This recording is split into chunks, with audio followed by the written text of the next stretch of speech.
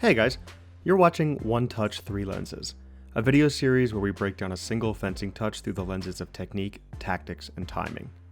If you want a brief explanation of these three frameworks before we dive in, I recommend you start with the first video in the series. That link is in the description. The touch we're looking at this time is from a bout between Gauthier Grumier and Geza Imre. Grumier is a 5-time team world champion, an Olympic medalist, and at the time of this bout, the top-ranked fencer in the world. Imre has one of the longest competitive careers in modern épée fencing, winning the bronze medal at the '96 Olympics, silver in 2004, and another silver in 2016 at age 41. Here's the touch.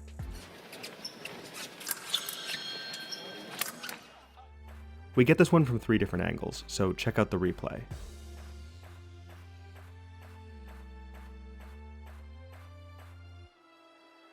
Let's talk about it. To start, we'll apply our technical lens and break down everything that happened. In real time, this action is over in the blink of an eye, but with the benefit of slow motion, it's easy to describe. Grumier's action happens in 2 parts.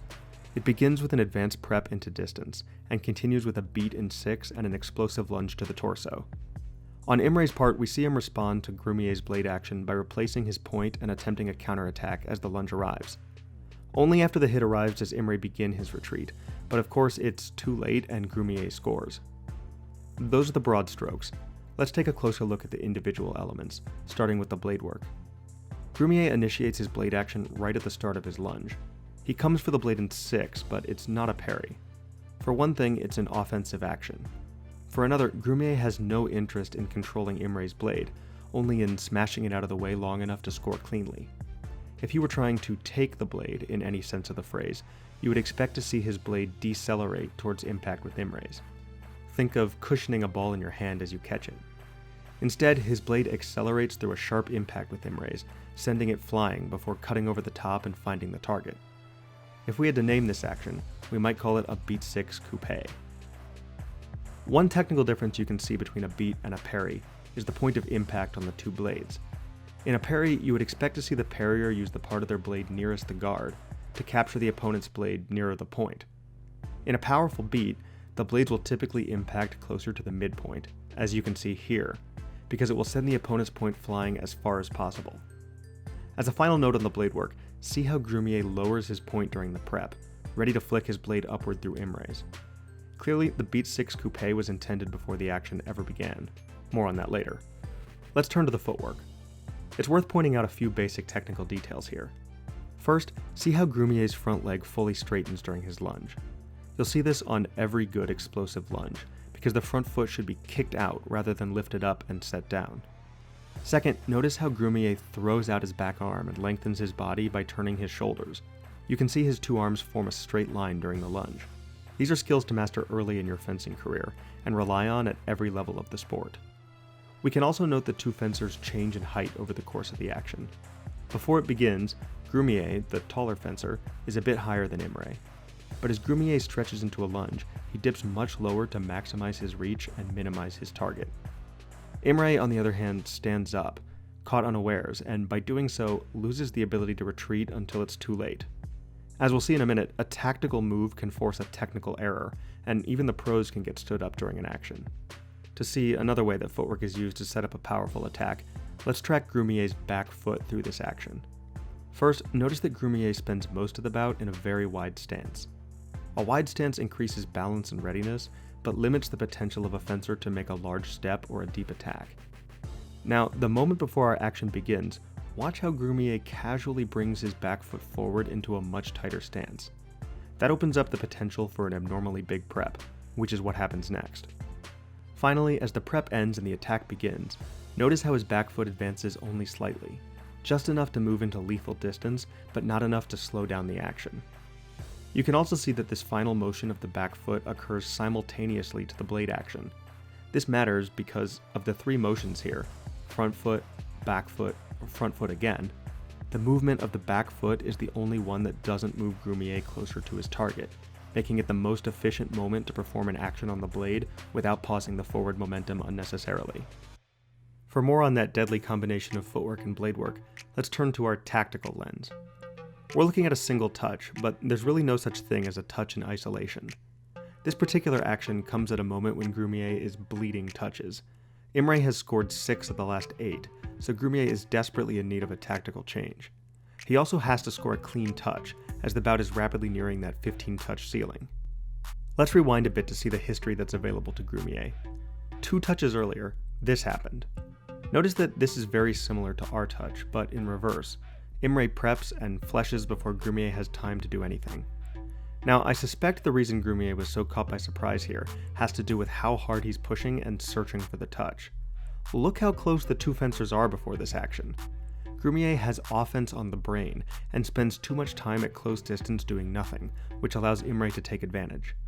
It's harder to see from this angle, but the next touch also sees Grumier push too hard and too passively, and Imre scores almost lazily with a flick to the hand. To combat these issues, Grumier makes 2 changes. The first change is to become less passive. On our touch, Grumier is determined to preempt Imre's attack by decisively going first. The second change is to modify the distance. Compare these 2 distances. Here's the distance when Imre last attacked, and here's the distance just before our touch.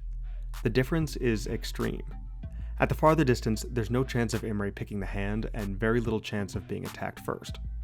Having avoided the pitfall of pushing too hard, Grumier's task here is to overcome 2 last obstacles in search of a single light. The first obstacle is the distance, that gulf between 2 fencers that every attack must overcome. The second obstacle is Imre's point. Thus far, Imre has shown little interest in parrying the blade, instead holding his point tight and alternately attacking and counterattacking as the moment arrives. Imre has been generally successful with this tactic and can afford a double touch. The 2 obstacles are interrelated, but let's take the point first. Grumier has seen Imre's counterattack, and at this point he has to do something about it. As we mentioned earlier, the Beat 6 Coupe is not designed to control Imre's blade. Rather, it's intended to disrupt Imre's point long enough to avoid a damaging counterattack. This opens up a window in time in which Grumier can safely attack, but that window is very small. Imre is quick to return his point to the target, so the beat is only useful if Grumier can finish his attack before that happens. This is where the prep comes in, and the prep is the tool that Grumier uses to overcome the obstacle of distance. A prep can set up an attack in one of 2 ways. First, it could seem to be innocuous, but actually approach close enough to take advantage of the opponent's inactivity. Second, it could seem to be an attack, but actually stop short of full commitment, and punish the opponent who stands up, parries, counterattacks, etc. This is an example of the former. As I pointed out, Grumier begins this action from pretty far out of distance. From Imre's perspective, there's no way an action from that far away could be a straight attack.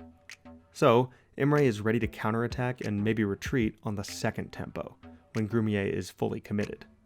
However, what seemed to be a harmless advance from far distance turns out to be much deeper than Imre expected, leaving him with insufficient time to escape Grumier's blade or take distance. This is already getting into the territory of timing, so let's switch over to our timing lens. In the last video, I talked about 3 moments to attack, those being prep attack, foot tempo, and taking over the attack. I'm working on a separate video that goes into detail on all 3 of these moments, but for the time being, let's focus on the one we see here, and that's a prep attack. We already discussed how Grumier's prep brings him into a distance that Imre can't escape, and how his Beat 6 opens a window in timing where Imre can't counterattack. But it's worth noting the synchronicity of these 2 actions. In order to cross the distance in time to take advantage of the blade disruption, Grumier depends on the size of his prep, but also on the brute speed of his attack. To see how Grumier achieves max speed, let's explore another concept in timing. If an action involves multiple steps, like this one does, we can classify it as either an open eyes or closed eyes action. An open eyes action occurs when a fencer prepares in the distance, pauses to see how the opponent responds, and makes a choice about how to proceed. In other words, he keeps his eyes and options open during the prep. This kind of action is open-ended, and could end up involving a beat, a disengage, a straight attack, or simply be called off altogether. An open eyes action is made up of at least 2 decisions, one before the prep and another one after the prep. A closed eyes action, on the other hand, occurs when a fencer prepares into distance and continues into an attack with no pause and no consideration of the opponent's response. It's called that because your eyes might as well be closed for all the notice you take. A closed eyes action is a single decision, Before the prep ever begins, the fencer knows what he wants to do and proceeds with absolute commitment and no interruption. The primary trade-off between an open eyes attack and a closed eyes attack is between speed and adaptability. An open eyes attack is slower. The opponent has to be given time to respond, and the fencer has to observe the response, choose a follow-up, and execute a second action. Thought takes time. But an open eyes attack is also more adaptable. If the opponent does something unexpected, an open eyes attack may just find its target yet. A closed eyes action, by contrast, is maximally fast. The fencer can put his top speed on display with no need to wait on the opponent. However, the fencer loses the ability to change his mind during the action, which means he must successfully predict how the opponent will respond, or the action will fail. A generally good strategy is to begin a bout with the focus on open eyes actions, and shift to closed eyes attacks if speed is required and you feel you can read the opponent well enough to make that leap. Returning to our touch, we can see that Grumier's attack was a closed eyes action. He accelerates through his prep attack with no pause to consider Imre's response. This makes the action very fast and explosive, but it depends of course on a successful prediction of the opponent's response. As we discussed earlier, Grumier's read of the situation was spot on, and the timing worked to perfection. As a final note, I suspect that Imre also read the timing correctly. Allowing a fencer to prep into finishing distance is one way to invite an attack, and Imre may have allowed Grumier's prep in order to set up his own counterattack, a tactic that had already proved successful in the bout. However, he failed to properly read the distance of that prep, and that change of distance proved to make all the difference. That's it for this edition of One Touch 3 Lenses.